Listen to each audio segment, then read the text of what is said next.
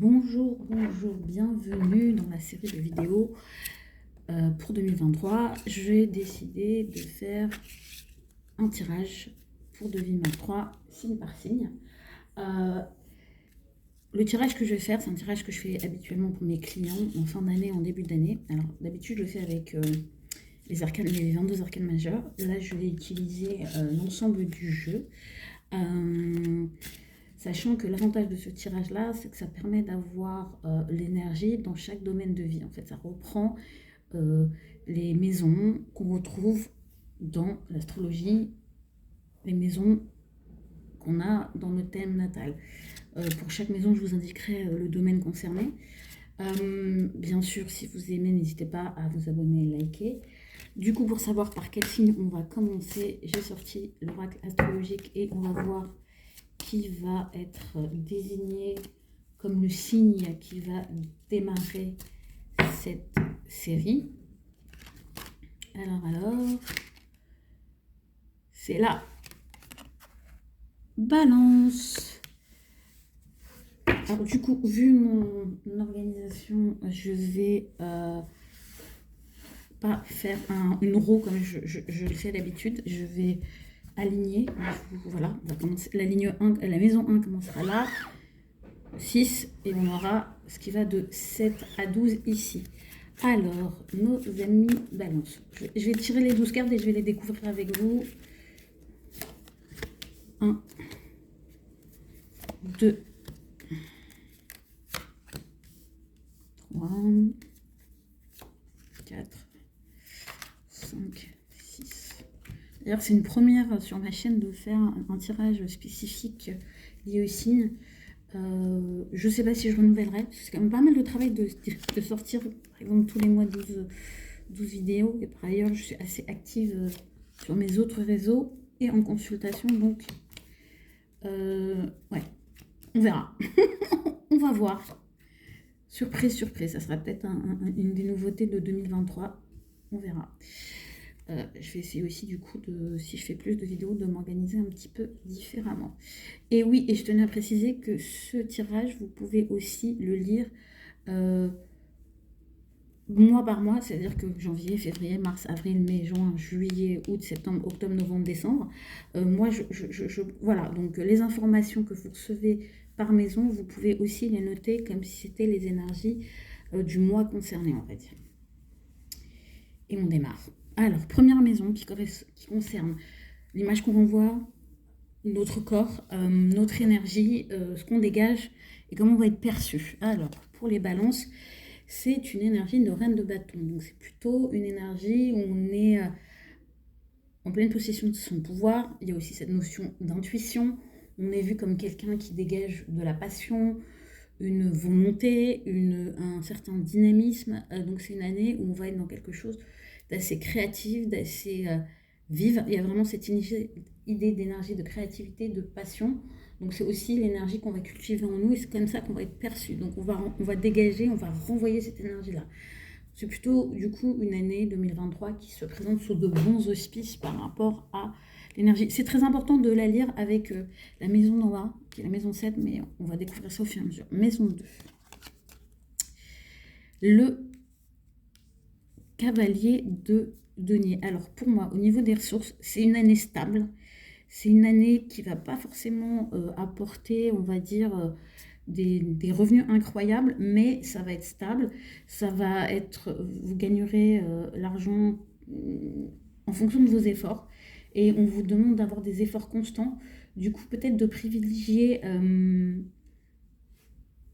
des activités sur lesquelles vous avez déjà capitalisé, que vous connaissez, des activités où vous avez une certaine maîtrise, et de constituer, on va dire, les choses au fur et à mesure. Mais c'est une année relativement stable, c'est une année où vous avancez sur ce domaine, où il n'y a pas de grand chamboulement, on va dire, à craindre. Donc, et il peut y avoir un accroissement, mais ça sera un accroissement qui se fera tout au long de l'année, petit à petit. J'ai envie de dire, pas de précipitation sur ce sujet. On passe à la maison 3, qui est la maison de la communication, mais qui est aussi la maison de la fratrie. Et on a la reine de coupe. C'est une année où vous pouvez avoir une énergie assez douce dans votre communication, où vous pouvez vraiment chercher, ou en tout cas votre entourage va se sentir bien à vos côtés, va se sentir nourri, compris. Vous pouvez avoir une communication très émotionnelle, être plus en contact avec vos émotions.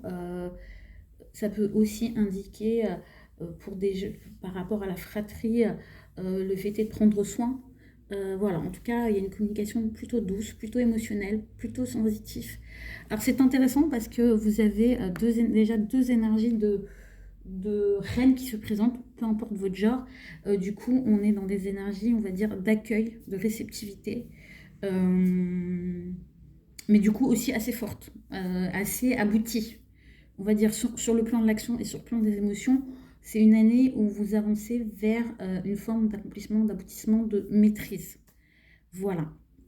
Maison 4, le foyer, la famille, la maison, le fond de l'être, vos piliers. Qu'est-ce que ça nous raconte? Très intéressant. On a le page d'épée, donc on est sur quelque chose où on va...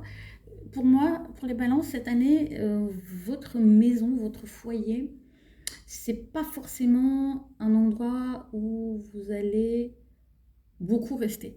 Mais il y a aussi peut-être de la curiosité par rapport à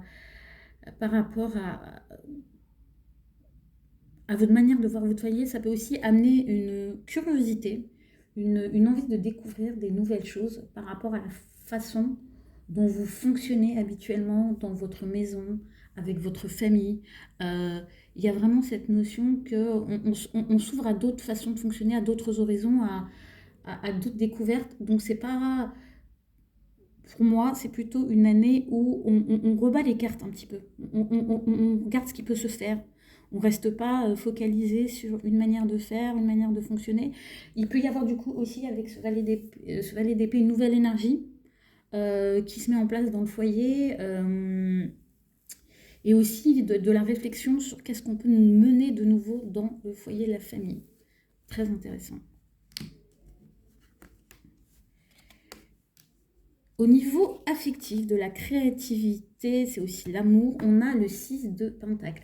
Pour moi, dans vos relations affectives, dans vos projets créatifs, dans votre créativité, dans vos loisirs, dans tout ce que vous faites, vous allez avoir vraiment cette volonté de conserver un équilibre, de voir ce qui se passe, d'être vraiment dans une énergie où vous allez être dans le donner et le recevoir, mais vous allez peut-être être plus vigilante par le passé sur le fait que vous recevez ce que vous donnez. Donc, c'est vrai que vous allez vous aligner sur l'énergie des autres, sur le plan affectif, amoureux, flirt, relationnel. Donc, si vous êtes à la recherche d'un nouveau partenaire, vous allez vraiment avancer en fonction des mouvements que l'autre fait, mais concrets. On n'est pas du tout, là, on est vraiment sur du concret. Et même dans vos projets créatifs, monnaie, sonner et trébuchante, vous n'allez pas vous investir dans un nouveau projet s'il n'y a pas un minimum de rétribution en retour, y compris dans les vôtres. Hein. C'est-à-dire que même quand vous allez mettre en place de nouvelles idées, de nouveaux projets créatifs, vous allez vous assurer que y a un retour sur investissement, quoi, à minima, que vous n'êtes pas perdant. Et dans vos relations affectives, amour et tout ça, il y a ce même souci de équilibre, un donné pour un reçu. Et pour moi, dans le signe des balances, c'est absolument pas de l'égoïsme ou l'individualisme, c'est un juste retour des choses dans des situations où vous avez pu donner beaucoup plus que vous n'avez reçu, et donc vous apprenez. Et pour moi, c'est une année où vous confirmez cet apprentissage. Je suis très contente pour vous. Voilà. Le travail, truc intéressant. Quotidien travail, ça va être un secteur avec le 5 de bâton où ça va être un petit peu... à mon avis, il va y avoir beaucoup de choses à faire. Vous risquez d'être tiraillé entre beaucoup de choses. Sachant que le 5 de bâton, le tiraillement, même si on voit plusieurs personnages dans la version traditionnelle du Rider-Waite, c'est surtout avec vous-même. Si vous allez vouloir être un peu sur tous les fronts, alors avec l'énergie de la reine de bâton, j'ai envie de dire, vous avez les ressources, mais c'est pas parce que vous avez les ressources qu'il faut pas prendre 2 minutes de pause pour voir vraiment ce qui se joue, parce que sinon ce qui risque d'arriver, c'est que vous risquez de rien consolider vraiment, de ne pas réussir à trouver vos repères dans votre quotidien et être un peu en train de vous épuiser et avoir l'impression de jamais être complètement quelque part. Donc c'est hyper important pour votre équilibre général de faire super attention à ne pas... Vous voyez, c'est intéressant parce que c'est d'aller peut-être un peu chercher l'énergie du 6 de denier, de ne pas être tout azimut, d'avoir un... de vous poser pour savoir vraiment ce que vous voulez prioriser, ouais, c'est pas français, mais vous m'avez compris, ce que vous voulez, à quoi vous voulez donner la priorité dans votre travail, les actions à mener. Ça peut être aussi un quotidien où ça serait peut-être bon de ne pas répondre oui à tout le monde, hein, de savoir, ouais, organiser, mettre un stop, et du coup, plutôt que d'être tiraillé en sachant pas quoi faire, de dire, quelque part de partir de vous, de ce dont vous avez besoin, plutôt que d'être en réaction. Voilà. Le 5 de bâton, au quotidien, dans votre travail, essayez d'être moins en réaction, parce que ça risque d'être parce que vous risquez d'être beaucoup sollicité cette année, et d'être plus en création, en écoute de ce que vous voulez faire, et quelque part de comment vous voulez que les choses se passent pour vous. Très important. Waouh, love is in the air. Pourquoi je vous dis ça? Parce que la maison 7, c'est généralement la maison des partenariats, la maison de l'amour, la maison des relations, et on a l'impératrice. Donc c'est une année où clairement, et du coup ça répond à l'énergie de la reine de bâton, vous avez vraiment, on va dire, cette capacité de créer quelque chose sur le plan personnel, de retrouver votre mojo, j'ai envie de dire, et de faire une rencontre vraiment marquante. Peu importe votre genre, en tout cas avec l'impératrice, ça symbolise quand même une énergie qui va être... Vous voyez, pour le moment, c'est votre seul arcane majeur. Donc les relations aux autres, l'amour, c'est aussi les partenariats professionnels, c'est super important en 2023. C'est là où vous allez pouvoir vous déployer, sachant que l'impératrice est portée par le signe de Vénus, et Vénus, c'est votre planète maîtresse. Donc c'est super important, et vous allez pas mal vous développer. Et quand je le mets en rapport avec aussi la reine de coupe, je pense aussi que vous allez réussir à mettre en place une communication affective différente, et qui du coup va vous ouvrir la porte à des partenariats beaucoup plus vénusiens, on va dire. On va kiffer, hein. Et du coup sur le plan sentimental, c'est une très bonne carte. Maison 8, les crises, la sexualité, les transformations. Tadam, qu'est-ce que ça vous réserve en 2023? Le 5 de denier. Alors c'est intéressant parce que du coup, vous avez un denier dans cette maison qui est juste au-dessus, et dans celui-là, pour moi, là où vous pouvez vous sentir un petit peu secoué, c'est la sensation, et c'est peut-être en lien avec les questions d'ordre matériel, où vous avez l'impression que malgré tous vos efforts, vous n'arrivez pas à atteindre une certaine stabilité, une certaine abondance, qui a encore un sentiment... Alors ça ne veut pas dire que ça va être une mauvaise année sur le plan financier, puisque comme je vous l'ai dit, vous êtes plutôt stable. Mais chez vous, il y a une sensation de manque, de quelque chose où vous n'arrivez pas à sortir de son sentiment de manque, mais aussi dans la version traditionnelle du Rider-Waite, c'est des gens qui sont à l'extérieur de l'église, de ne pas réussir à accéder quelque part à une forme de sécurité. Voilà, 2023, vous pouvez encore avoir un état d'insécurité, et c'est surtout matériel, c'est surtout concrètement. Donc ça veut dire que même si sur le plan affectif, des choses comme ça, c'est plutôt équilibré, il y a quelque chose en vous qui a besoin de se dépasser. Voilà. Et le conseil quelque part que vous donne la maison en face, c'est d'agir avec le plus d'être posé, d'accepter que ça avance pas à pas, et de ne pas vous inquiéter si ça éclate pas comme ça pourrait éclater. Du coup, je vais regarder attentivement ce que vous dit la maison 10 par rapport à ça, et par rapport, on va dire, à ces aspects matériels, à ces aspects de trouver sa place. Parce que c'est ça la maison 10. Maison 9, c'est l'étranger, les enseignements, l'inconnu. Alors, c'est intéressant parce que par rapport à ça, alors c'est aussi la spiritualité, puisque c'est une analogie avec la maison des Sagittaires. Pour moi, d'un point de vue spirituel, d'un point de vue de votre foi, il peut y avoir un sentiment de perdre quelque chose. Et pour moi, c'est vous devez abandonner certaines... Il y a la sensation qu'on vous oblige que vous êtes amené à abandonner certaines croyances et donc du coup vous pouvez vous trouver esselé, sauf qu'à côté de ça, il vous reste une coupe. Et c'est cette coupe-là qu'il va falloir honorer et c'est ça qu'il va falloir cultiver plutôt quelque part que de vous dire oh mon Dieu, c'est la fin de tout ça. Donc par exemple, ça peut être une année où vous aviez l'habitude, je sais pas moi, d'avoir des rituels, de vous attacher à des notions, et d'un coup, vous avez plus du tout le même élan pour ça. Et en même temps, il va rester l'essentiel, il va rester les choses simples. Et par rapport à l'apprentissage aussi, il peut y avoir de ça. C'est que vous allez être dans un processus où vous allez, en un sens, devoir abandonner des choses sur lesquelles vous aviez un attachement affectif, mais qui ne correspondent plus à un nouveau cycle dans lequel vous devez rentrer. Donc, voilà. Donc, voilà, ça peut être au niveau spirituel et ça peut être aussi que le niveau spirituel, que tout ce qui est lié à la spiritualité, une certaine forme de religion vous ouvre émotionnellement et fasse monter des choses que vous aviez peut-être mis de côté ou en raison des circonstances. Vous aviez peut-être pas le temps.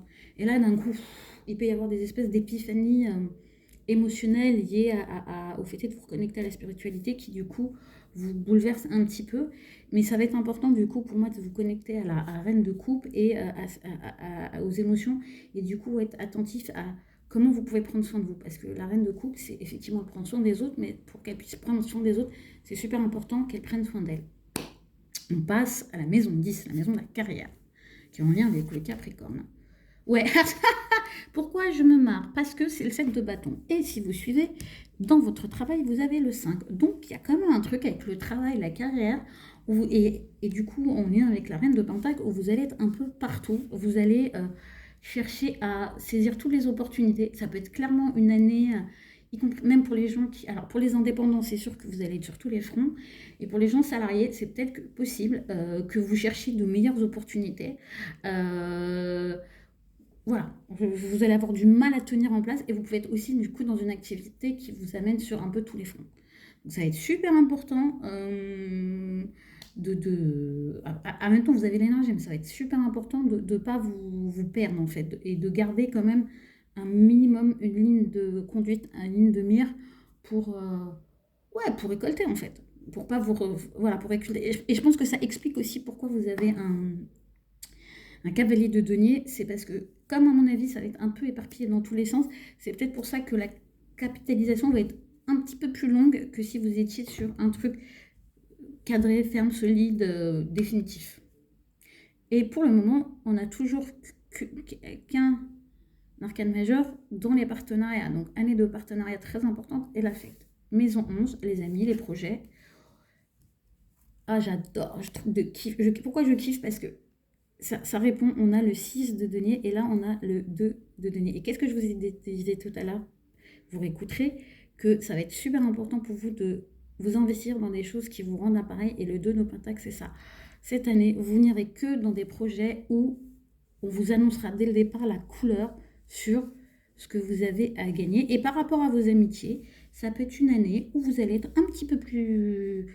Là, je m'adresse aux balances les plus sociables, où vous allez être un petit peu plus regardant sur ce que vous faites, l'équilibre ce que ça vous apporte, ce que ça vous...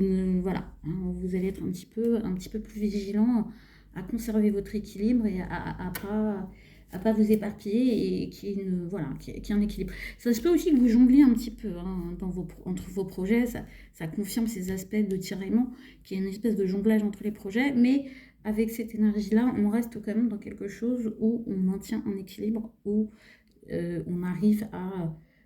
où on trouve une certaine voie du milieu en étant dans une dynamique active d'équilibre. Voilà, on n'est pas statique, on bouge et on s'adapte. Et on finit par la maison qui pour moi représente le repos, la fin de cycle, c'est aussi ce qui annonce la suite, on boucle.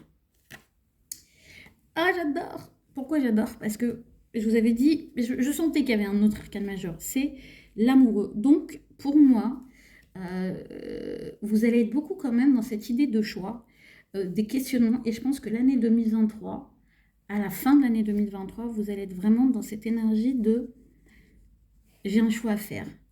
J'ai vécu plein de choses. Et où justement, pour moi, vous allez peut-être clôturer ces deux énergies-là d'éparpillement. Et vous dire, maintenant que j'ai vécu ce que j'ai vécu, que j'ai fait tout ce que j'ai fait, que j'ai mis en place des nouvelles choses, que des nouveaux partenariats et peut-être une nouvelle affective à démarrer, maintenant qu'est-ce que je fais comme choix par rapport à ce qui est déjà en place dans ma vie. Donc, vous finissez l'année avec une croisée des chemins très importante. Ça peut aussi marquer du coup des gros changements qui vont vous amener à prendre des décisions assez fondamentales. Ça peut aussi signaler que et ça peut être, le choix peut être aussi pas mal lié à votre vie affective. Voilà, j'espère que ça vous aura éclairé. N'hésitez pas à réécouter attentivement et à prendre les notes et à voir ce que ça vous inspire. Et rappelez-vous, ça, vous pouvez aussi le lire comme si c'était janvier, février, mars, avril, voilà, mois par mois. Au plaisir de vous retrouver.